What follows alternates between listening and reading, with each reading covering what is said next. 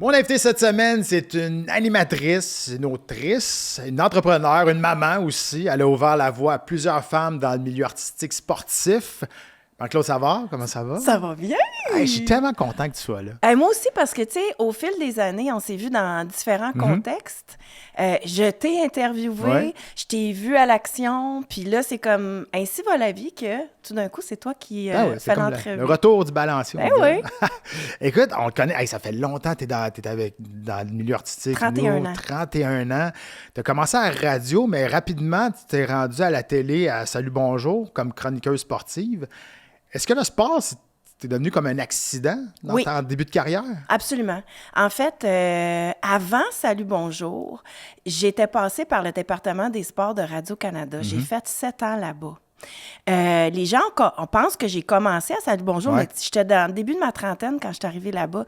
Fait que le sport est arrivé dans ma vie un matin, OK, à 6h15, à CKVL Radio, quand j'étais recherchiste pour André Arthur, puis que son chroniqueur sportif, Yvon Pedneau, a démissionné. Et je connaissais un peu le sport. Mon père travaillait à RDS. J'allais voir des matchs, mais tu sais, j'étais pas très connaissante. Et puis, bing, bang, boom, je me suis retrouvée derrière le micro. J'en ai fait une carrière de 15 ans. Tu as fait 7 ans, si je ne me trompe pas, à Salut Bonjour. Oui. Oui, exactement. Puis, tu sais, on parle de sport, mais tu es devenue une fan de sport de combat aussi. Oui. Une grande fan de boxe. En fait, ça, c'est le plus... Tu sais, tous les accidents que j'ai eus dans ma vie, tu sais, incluant devenir journaliste de sport, ma rencontre avec la boxe est la plus étonnante parce que j'avais rien dans mon passé, dans mon entourage, dans rien de mon contexte de vie qui m'aurait amené un jour ringside. Il n'y avait rien. Et puis, c'est Yvon Michel, avait une blonde qui s'appelle Alexandra Croft, que j'ai croisée par hasard. Et puis, on est devenus des amis. Puis, c'est comme ça que je me suis ramassée un jour à aller voir un combat de boxe. Puis j'ai tellement aimé ça. T'es tombé directement en amour avec ça. On dirait que j'ai tout compris à quel point c'est une allégorie de la vie, à quel point on porte en nous des combats. Puis que de voir un combat, ça vient chercher ça. C'est excitant, tu sais, au-delà des... Le voir en direct aussi, c'est différent de le regarder à la télé. Mais tellement. C'est impressionnant. Fait que, tu sais, moi, dans ma vie, souvent, des proches m'ont dit, ben voyons donc, du monde qui se tape sa gueule ou ben non... Puis à chaque fois, au début, j'essayais d'expliquer, puis à un moment donné, j'ai juste fait, bon, mais regarde, vis-le, puis il y a des gens qui aiment ça, il y a des gens qui aiment pas ça. Moi, je fais partie de la gang qui aime ça beaucoup. Ah, puis tu l'as endossé quand même, parce que tu as fait plusieurs projets avec la boxe. Tu en as décrit aussi, si je ne me trompe pas, de la boxe aussi. Oui, avec Patrice Lheureux, Patrice Lheureux. Grand boxeur de 7 pieds de Shawinigan. Un gentil géant, ça. Oh mon Dieu! Puis tu sais, il y a eu un anévrisme au cerveau il y a quelques années, on l'a perdu, mais lui et moi, ensemble, pendant 7 ans, on faisait boxe rock. On a décrit tous les combats de toute la relève, là, puis c'était des années magiques pour moi, là, vraiment. Est-ce que tu te souviens d'un combat en particulier qui t'a marqué pendant ces années-là? Pas nécessairement un combat. Deux affaires très drôles avec Patrice. Tu sais, nous, là, c'était très artisanal. On n'avait pas des gros budgets, là. Fait que, on faisait nos propres recherches. Puis là, des fois, mettons, je sais pas, il y a comme un combattant qui arrivait. Puis là, je disais, tu l'as-tu connu? Tu l'as-tu boxé? Tu sais, c'était toujours mon premier réflexe avec Patrice parce qu'il avait été champion canadien, il connaissait tout le monde. Fait que là, il me disait tout le temps, ouais. Puis là, à un moment donné, on a un boxeur qui vient des Maritimes. Je dis, tu le connais-tu? Ouais, je l'ai boxé. Ouais, je l'ai boxé, lui. J'ai dit, OK, parfait. Mais il dit, on dirait qu'il a changé de catégorie de poids. Il dit, mais il semble qu'il était droitier, puis là, il est gaucher. Bah, il dit, garde, c'était son frère. Mais tout le long, on a décrit le combat avec le mauvais nom, le mauvais. Ah, non. Puis c'était pas de la mauvaise volonté, mais c'est ça. Fait que là, à un moment donné, on est en train de faire notre conclusion. Le gars passe, Pat l'arrête. Puis là, il raconte, on s'est vu. Il dit, non, il dit, ça, c'est mon frère. Hey, nous autres, on avait fini de décrire le combat. Fait que ça pour dire qu'on le faisait sans prétention, puis avec un amour puis un respect de la boxe. Puis je me suis à un moment donné, on était au stade Uniprix, OK? Puis moi, je m'habillais tout le temps en noir, puis je recevais bien du sang puis de la sueur. De ta proche. Ouais, fait que, tu sais, je levais souvent mes papiers juste pour pas trop être éclaboussée, là, tu sais, puis je traînais bien sur elle. Puis à un moment donné, Joachim Alcine se fait knocker au stade Uniprix. Je te jure, Pat, sa tête a passé entre les cordes puis elle est arrivée direct sur ma feuille. J'ai fait, tu peux pas être plus proche que ça, tu sais. Fait que c'est des beaux souvenirs. Mais tu as été là pendant une belle époque de la boxe au Québec aussi. On a eu des grands champions, on a eu... La boxe était en santé dans ce temps-là. Là, on a un petit peu plus de difficultés, mais on tente de recréer cet engouement-là. Mais à un moment donné, ça nous prend des héros locaux, je pense. Dans ce temps-là, il y en avait beaucoup quand même. On avait Luchan Boutet contre Jean-Pascal. Tu sais, mettons, le dernier gros souvenir de rivalité locale que j'ai eu, c'était ça. Évidemment, il y a eu les Hilton Ouellet pendant des années. Ouais, Lucas. Là, on parlait de, tu sais, un Centre Bell ou un Centre Monson, dépendamment des années, qui était plein à craquer. Puis ça venait chercher pas juste les gens qui, normalement, s'intéressent à la boxe. Tout le monde était happé par ça, tu sais. Fait que je souhaite que ça revienne. Je pense que ça peut revenir. Ça peut revenir, je pense bien. Honnêtement, il y a d'excellents boxeurs de relève qui sont là présentement. Ça prend juste à créer cet engouement-là encore. Je pense que les sports des arts martiaux mixtes aussi ont pris un peu le dessus au niveau spectacle. Est-ce que tu regardes les combats oui, du absolument. UFC? Ouais? Je connais moins ça. Ouais. Mais tu sais, je pense que le sport de combat, c'est un sport de combat. Peu importe. Puis quand t'aimes ça, quand t'aimes voir deux êtres humains, là, dans les règles et le respect, aller s'affronter, que ça soit du MMA, que ça soit n'importe quoi. J'irais voir du jiu-jitsu, j'irais voir du taekwondo, whatever. Là. J'aime ça. Mais c'est quoi? Parce qu'on parle souvent de l'aspect spectacle, les arts martiaux mixtes sont arrivés, puis c'est un gros show, puis ils font la promotion de quasiment tous les combattants qui sont sur la carte. À la boxe, on sait, on se mentira pas, il n'y a pas grand monde dans les estrades avant le combat principal. Ça fait assez longtemps que tu es dans le milieu, puis tu as couvert la boxe pendant des années. Qu'est-ce qu'on aurait besoin de ramener pour recréer cet engouement-là de la boxe au Québec? Je te dirais que ça vaut pour n'importe quel sport, c'est de raconter l'histoire. Quand tu comprends l'histoire, tu comprends tout, tu es investi dans ce que tu vas aller regarder. Il n'y a pas de mauvaise histoire. Ça m'est jamais arrivé, moi, de rencontrer un athlète qui n'avait pas une histoire extraordinaire. Mais c'est de la mettre en scène. Tu sais, si tu regardes la NFL, ils ont une manière de documenter, de raconter l'histoire de manière cinématographique. Ça met en scène leur sport. Je crois que les arts martiaux mixtes ont ça aussi. Cette manière-là de te créer un build-up, là, c'est quasiment du cinéma, c'est du théâtre, cette affaire-là. Puis je crois qu'à la boxe, on a un peu baissé les bras là-dessus. Et on laisse la job, des fois, aux journalistes extérieurs de le faire. On ne sait plus trop comment monter nos talents, puis les mettre en valeur. Puis c'est la même chose pour les Jeux olympiques, les athlètes amateurs. Il faut raconter l'histoire. Parlant d'histoire, tu en as rencontré une belle avec Alex Hilton dans Être un Hilton que j'ai adoré. C'était extraordinaire, ce documentaire-là. Est-ce que ça a été difficile? Très. En général, parce qu'on va décortiquer quand même ce documentaire-là. Premièrement, d'approcher Alex pour qu'il accepte de faire ce show-là. Ça n'a pas dû être une mince tâche. Non, en fait, il y a bien des choses là-dedans. C'est-à-dire que ça faisait 10 ans que tu avais des équipes de tournage de journalistes qui essayaient d'aller revisiter les Hilton. Et moi, j'en entendais toujours parler parce que tout le monde me disait éventuellement, il va falloir qu'on tente une approche, puis on aimerait ça que tu tentes l'approche. Je n'étais pas prête à m'investir là-dedans. Ce qu'il faut comprendre, c'est que eux, c'est une gang d'Écossais. OK? Moi, je viens de NDG. J'ai grandi avec des Irlandais. J'avais les racines communes pour entrer en contact. Okay. Le langage, le même accent quand je parle anglais, le même vocabulaire. Puis de manière vraiment personnelle, je comprends d'où ils viennent. J'ai grandi. Ça l'a beaucoup aidé, tu penses? C'est que le premier contact, imagine-toi, les Hilton sont échaudés par les médias, tannés, meurtris, maganés, dans la pauvreté extrême. Et le risque était immense pour eux autres d'ouvrir la porte. Moi, j'avais un problème avec Dave à la base. Je voulais pas qu'il fasse partie du documentaire pour des raisons personnelles, pour des raisons de valeurs profondes. Je comprends. Fait que fallait que je vois, est-ce que j'ai un Hilton sobre? Est-ce que j'ai un Hilton qui est prêt à faire un examen de sa vie? Fait que quand on a commencé à tourner le documentaire, je ne savais pas si ça allait marcher ou pas. Nous, on a commencé à tourner avant même de savoir ce qu'on faisait. La première rencontre, ça s'est passé dans un Tim Hortons à Châteauguay. Puis c'était vraiment 2 personnes qui se parlent. Il n'y avait pas de caméra. Puis il a reconnu quelque chose en moi, j'ai reconnu quelque chose en lui. Puis au moment où je l'ai rencontré, son père était très malade. Moi, j'ai perdu mes parents.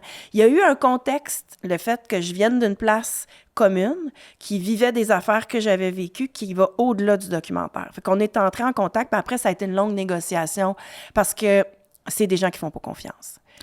Non. Vraiment Puis pas. dans le documentaire, on comprend aussi pourquoi. Il y a beaucoup d'histoires avec ça. Est-ce que... Je ne sais pas comment prendre ce documentaire-là. Est-ce que c'est d'une tristesse inouïe ou c'est d'une une compréhension de d'où ce qu'ils viennent, comment ils ont été élevés à la dure, comment qu'ils ont... Ça n'a pas été facile leur vie non plus. Là. Non. Donc, on comprend un peu leur parcours. J'ai eu de la difficulté à me placer à la fin de ce documentaire-là en disant, je comprends où ce qui est là. Il vit dans le sous-sol de sa mère, un adulte responsable, puis que tu vois qu'il y a de la difficulté à joindre les deux bouts malgré qu'il est connu et qu'il a une belle carrière. Ça fait mal au cœur un peu de voir ça aller. Oui, moi, je pense que j'ai pas voulu le qualifier. C'est-à-dire, j'ai voulu faire le portrait. C'est ça que j'ai livré dans le documentaire. Qu'est-ce qui est bon, qu'est-ce qui est moins bon? Je pense que chaque personne qui le regarde va retirer quelque chose de différent. Pour moi, ce que j'ai trouvé extraordinaire là-dedans, c'est que Alex est sobre. C'est beaucoup, là. C'est une famille qui est encore marquée par la consommation extrême d'alcool. Fait que je me disais, juste la valeur d'avoir un gars comme ça qui prouve que tu peux être ça pendant 15 ans, malgré un inventaire de passé difficile à digérer. C'est un gars qui a fait du pénitencier. C'est une famille qui a été tourmentée, tu sais. Puis il a traversé le deuil de son père sans retomber dans l'alcool. Fait que moi, c'est ça que je retenais. Ensuite, les coups à la tête. La barouette. C'est ça, c'était des guerriers, là. Ouais, tu sais, c'est de voir le résultat physique. Tabarnouche, tu sais, fait que c'est juste c'est un Polaroid, là, ce documentaire-là. Voici quelqu'un qui avait un destin exceptionnel, qui a vécu une vie hors du commun, puis qui a réussi à combattre des démons. Où est-ce qu'il en est aujourd'hui? Je sais pas quoi dire. Je pense, non, ben c'est exact. C'est ça. On finit d'écouter ce documentaire-là, puis on est comme, OK, est-ce qu'il y a une fin à ça? Est-ce qu'on est arrivé à une conclusion de comprendre son monde? Pas vraiment. Parce qu'on sent qu'il y a encore quelques démons en dedans de lui, mais on sent qu'il est très fâché. Ouais. Après plusieurs mondes, mais après cette espèce de transition-là il boxait, puis après ça, il boxe plus. On le voit à la fin, ça a presque brassé aussi. Oui. Ça a passé tout près. Je trouve ça le fun qu'on l'ait vu à la télé aussi. De fait ça avec feu Martin Paquette. Et puis je pense que lui, il a un œil différent aussi d'aller montrer les choses à la caméra. Tu sais, on est allé en cow-boy, là. Martin Paquette était un complice extraordinaire. Il est décédé, écoute, de manière complètement... soudaine. Il pelletait son toit, puis il est tombé de son toit, tu sais. Fait que, humainement, là, ce documentaire-là, pour moi, pour Alex, pour Martin, pour tout le monde, c'est un moment tournant. Fait qu'il est difficile à qualifier, mais il est honnête. Il est authentique. On est allé au bout de ça. Puis, tu sais, si on était pour revisiter les Hilton, il fallait montrer la réalité. Je pense qu'on l'a fait. Avez-vous essayé de contacter d'autres Hilton pour faire ça? Oui, je les ai tous rencontrés. Hey, moi, là, j'ai passé du temps avec eux. Tu sais, on montre Alex parce que c'était le sujet du documentaire. Mais oui, tu sais, je veux dire, Jimmy, devenu mon imprimeur, là, tu sais, il imprime à cette heure, Jimmy Hilton. Mathieu, c'est pas facile sa vie en ce moment. Puis Dave, ben, pour des raisons morales, j'ai juste décidé de ne pas le mettre dans le documentaire. Jimmy, c'est le plus jeune, ça. Ouais. Mais Jimmy, de la vie de plusieurs, il n'a pas eu la carrière comme ses frères, mais c'était le meilleur de la famille. Écoute, on ne saura jamais. On ne saura jamais, mais... Il y a tellement d'affaires qu'on ne saura jamais des Hilton. S'il avait été à l'école, est-ce qu'il aurait eu un meilleur sort? Tu comprends? Ouais. S'ils n'avaient pas rencontré Don King, est-ce que leur carrière aurait été différente? S'ils avaient été aux Jeux olympiques? Si le père avait eu une autre manière de les entraîner? Tu sais, si le contexte social, je pense pas qu'aujourd'hui, tu pourrais élever un Hilton. À un moment donné, la DPJ s'en mêlerait, tu comprends? Fait que il y a beaucoup de questions qui restent en suspens par rapport à ça. Fait que Jimmy, lui, il a moins boxé. Fait qu'il est plus en forme, il a plus sa tête. Puis c'est un entrepreneur, travaille fort en tabarouette pour essayer de s'en sortir, mais il n'y a pas d'éducation. Non, c'est ça. Ils n'ont pas d'éducation, mais c'est ça. Moi, j'avais beaucoup entendu parler de Jimmy. C'était probablement le meilleur boxeur de toute la famille, mais on ne l'a jamais vu justement parce qu'il a décidé de faire d'autres choses. Puis je pense qu'il ne voulait pas embarquer dans cet cercle-là, peut-être non plus, là, qui était... On s'entend, c'était très difficile là, avec le père. Il y avait déjà 3 frères qui étaient connus. Lui était beaucoup plus jeune. Ils ont perdu un frère dans un accident d'auto. C'est tellement rocambolesque et tragique comme destin. C'est vraiment particulier. Dans ce documentaire-là, on voit ta quête aussi de faire un combat. Oui, bien en fait, ça, c'est arrivé comme par hasard parce que la seule manière qu'Alex parlait, c'était dans le cadre d'une dynamique de mouvement. J'aurais pu l'asseoir sur une chaise droite. Il parle pas. Fait que, tu sais... Fallait-tu le mettre dans son élément? Fallait qu'il bouge. Quand il y avait des pads, puis que moi, je frappais, j'avais aucun intérêt, là, mais quand il y avait des pads, il parlait. Puis c'est comme si c'était notre manière de s'apprivoiser. Il regardait, il jugeait de qui j'étais par ce que je faisais à l'entraînement, probablement comme son père lui avait enseigné. C'est du monde qui juge l'humain par rapport à ça. Puis on est devenus des amis véritables après que je sois allée dans le ring, tu sais. Ah ouais, Parce que lui, il voit de quel bois tu te chauffes. C'est qui ça? T'sais? C'est avec ça que tu vas aller gagner son respect. Oui, complètement. Ah, c'est fou, hein? Oui. Puis, mais tu t'es entraîné pour vrai. Ah oui, puis je m'entraîne encore. J'ai pas arrêté, j'ai adoré ça. Ouais. Il y a quelque chose qui marche fondamentalement entre ce type d'entraînement-là puis ma personne. J'aime ça, je suis contente. Tu sais, je pense à rien d'autre. Ça me force à focusser. Ça m'a aidé énormément dans ma vie. Ça m'a ramené beaucoup de discipline. Je me suis découverte beaucoup là-dedans, d'autres aspects de ma vie. Puis, étonnamment, cette idée-là d'aller faire le documentaire puis de m'entraîner à la boxe à l'âge de 50 ans, tout le monde me dit « Voyons, t'es non même débile. » T'es pas violente? Pas du tout. T'es pas fâché après personne? Non. Moi, j'ai appris à me défendre, Pat. C'est ça que j'ai appris dans le ring. Tu comprends? Parce que je suis capable d'encaisser, mais là, j'ai appris à me défendre. Puis c'était ça qu'Alex me disait, tu sais, les conversations qu'on n'a jamais vues dans le documentaire. Il me donnait des conseils de vie, lui, là quand il s'assoyait, tu sais. Il dit, garde, on le sait que tu es capable d'encaisser, mais tu peux aussi apprendre à te défendre, tu sais. Puis il dit, quand ça brasse, get out of the way. Il me disait ça, get out of the way. Mais il y avait un parallèle incroyable avec ma vie. J'ai fait, quand ça brasse, Marie, pas obligé de rester là. C'est relatif. Hein? Il y a plusieurs choses, il y a des connexions qui se font à travers le sport, peu importe. Mais quand tu en trouves un, que tu es capable de faire relation avec ta vie personnelle, c'est fou pareil. Hein? Oui. Fait que moi, c'était pas d'aller frapper, me défouler mon affaire avec le sport de combat. C'était pas ça. C'était d'apprendre à bouger, d'être beaucoup plus agile, rapide, puis l'observation, voir ce qui se passe. Tu sais, arrêter d'avoir la tête dans les nuages. Là, quand tu es dans le ring, il faut que tu regardes en tabarnouche c'est qui est devant toi puis qu'est-ce qu'il va faire. Prévoir aussi ce qui s'en vient, tu sais, ce qui est bon dans la vie de tous les jours aussi. Oui. Fait que moi, là, de ce documentaire-là, m'a amélioré comme être humain, là. Puis mon comptable est bien content parce que j'ai appris à voir clair.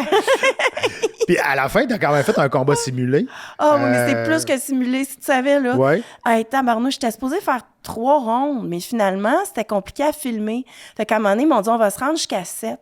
Mais 7 rondes de 2 minutes, là, c'est beaucoup. Ben la fille que j'affrontais, 28 ans, elle est beaucoup plus grande, un gabarit complètement différent. Puis, tu sais, elle avait beau faire attention, à un moment donné, il y en avait qui rentraient, là.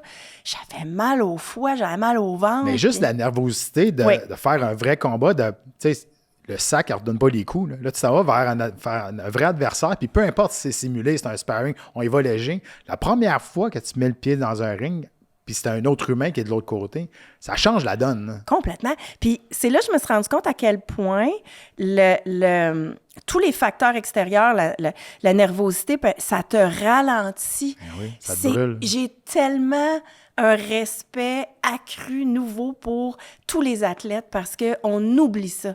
À quel point il faut que tu sois surentraîné parce que quand tu arrives puis tu as un facteur d'adrénaline puis que tu es un peu dérangé parce qu'il y a du monde qui te regarde, mon Dieu Seigneur, je me regardais, j'étais là. Puis tu sais, tout le monde me disait, tu sais, tu boxais tellement mieux à l'entraînement. Je disais, ben garde, ça doit être l'histoire d'à peu près tous les athlètes de la vie. Ça arrive souvent. Ouais, fait que tu sais, ça m'a vraiment confrontée à cette réalité-là, puis à moi-même, puis à l'autre personne. Puis, je voulais tellement te choquer, là. Ah oui? T'as pas d'idée, là. 2 semaines avant, là, je me cherchais des moyens. Je me disais, mettons, je me blesse, puis mettons aussi, ou tu sais, puis là, je me parlais, je me disais, non, fallait, tu sais, c'est une occasion unique. Probablement que tu te ramasseras pas dans une situation où tu es obligé de monter dans le ring pour un... Si ça n'avait pas été du documentaire, je te garantis, tu l'aurais pas fait.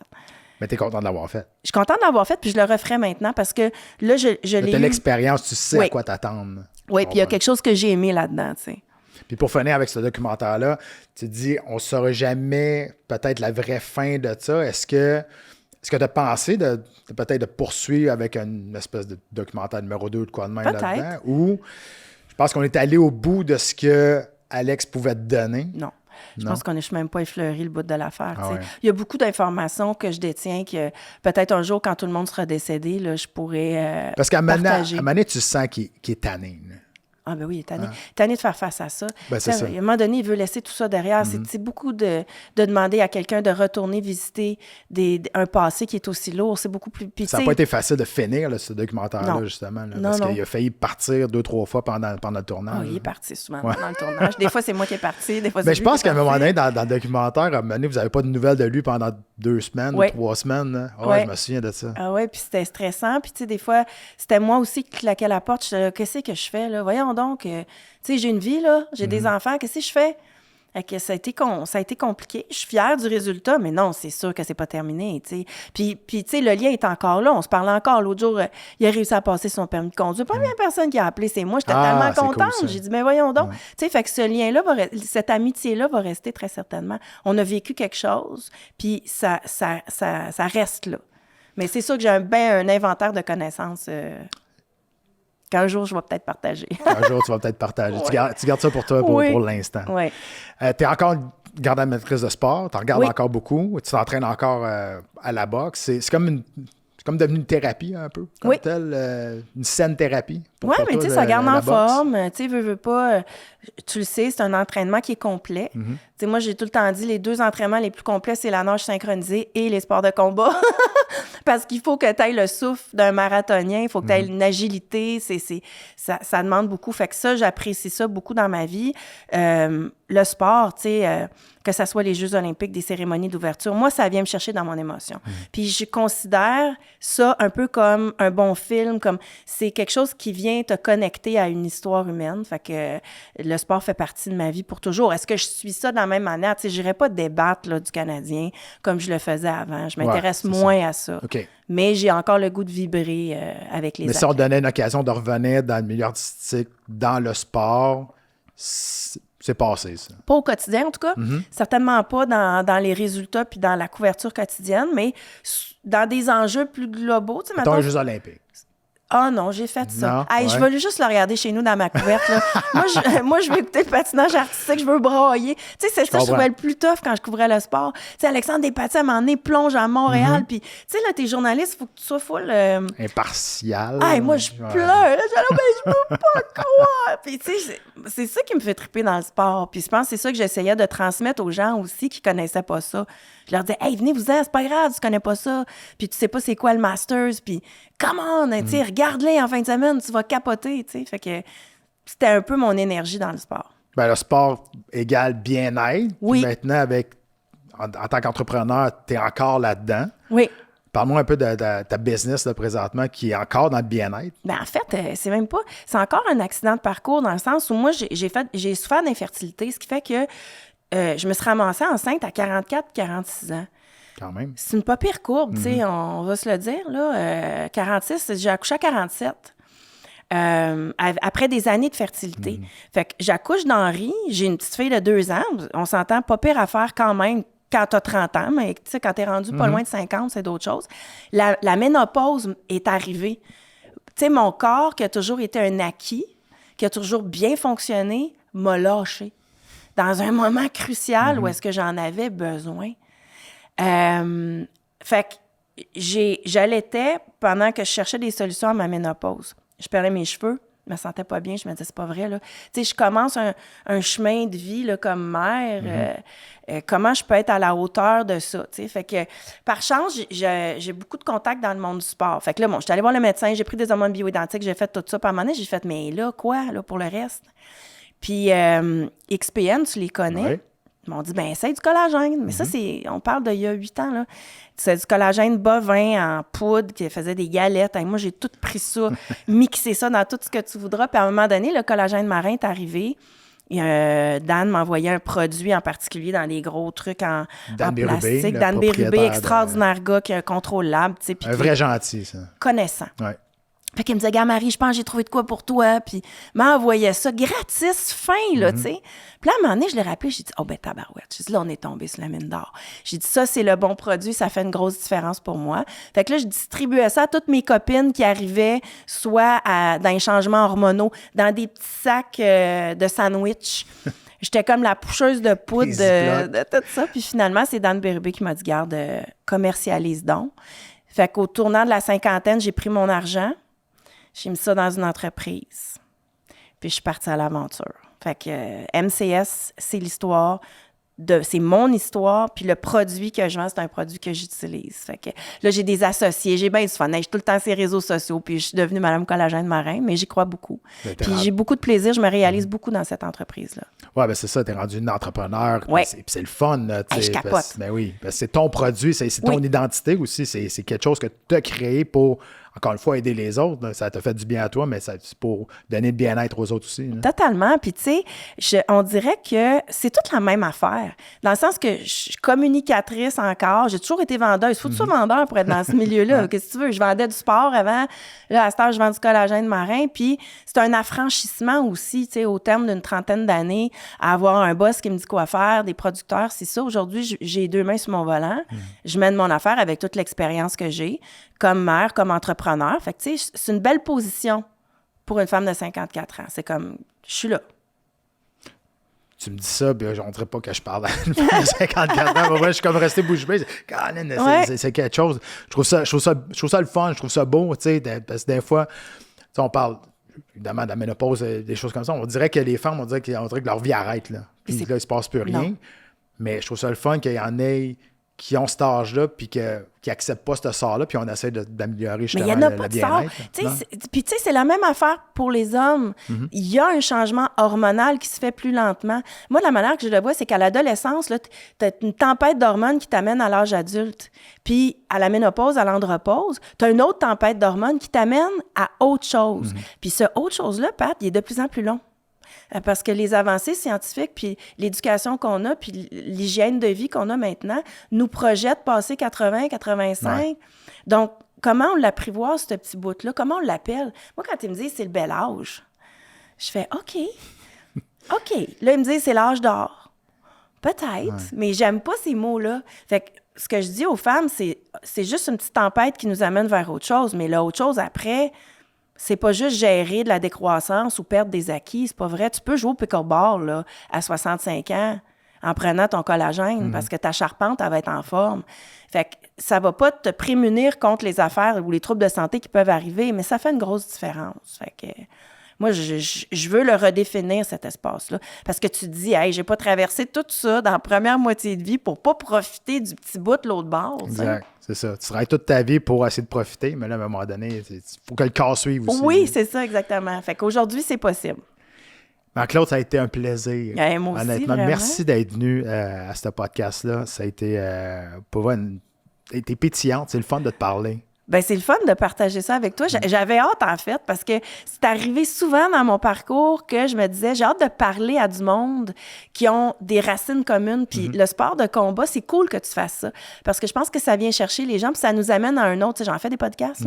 Là, au moins, on a parlé de quelque chose de différent. Fait que c'est rassembleur. Oui. Le sport est rassembleur, puis surtout, le sport de combat, souvent, est très tabou encore, parce qu'on voit juste 2 personnes qui se frappent dessus. Mais de plus en plus, quand je parle à du monde, ils vont chercher ça comme une espèce d'exutoire ou d'une thérapie, puis c'est pas des gens violents, là. Non. Puis je trouve ça le fun de parler de ça, d'un sport de contact. Il y en a qui vont dire que c'est un sport violent, mais un sport de contact, mais du monde qui font ça juste pour la mise en forme, puis ils comprennent l'espèce de la théorie derrière ce sport-là. Mais quand c'est encadré, quand c'est fait dans le respect, là, se mesurer à soi-même puis à l'autre, c'est quelque chose d'extrêmement positif. Merci beaucoup pour ton temps. Plaisir.